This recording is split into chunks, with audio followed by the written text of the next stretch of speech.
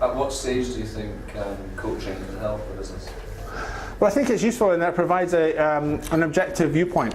Of course, the first fatal flaw is that the person makes a cognitive mistake. He just assesses the situation and comes to the wrong conclusion. So, and of course, with his wife being the manager of the business as well, they had commonalities that were really making it difficult for them to be objective. So having a coach or another consultant or another professional person, obviously it's difficult to have these conversations with friends because they'll have vested interests, don't really, some friends will be braver than others, of course, and it's a really difficult situation to get this objectivity. But of course a coach, well, certainly I provide this feedback, or I ask these questions in complete confidentiality. So, of course, it's really important that the client's honest with himself as well as you, and that's one of the difficulties you face with coaching.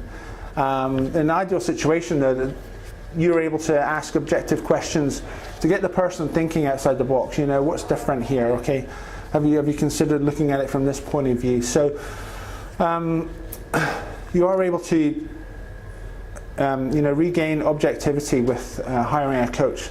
Of course, they ask all sorts of questions that can take you down all sorts of new paths of learning, and of course they can also identify patterns. So one thing you say on one day will be connected to something you say a few days later or a week later, and so these kind of patterns are able to be identified.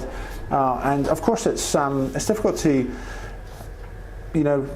make the connections yourself, and this report actually talks about the difficulty humans have in assessing all the information themselves. It's difficult to really be everything in a business, so you really do need to have a team. If you don't have an internal team, you need an external team of people who are able to give you feedback. And of course, it's one thing we can do.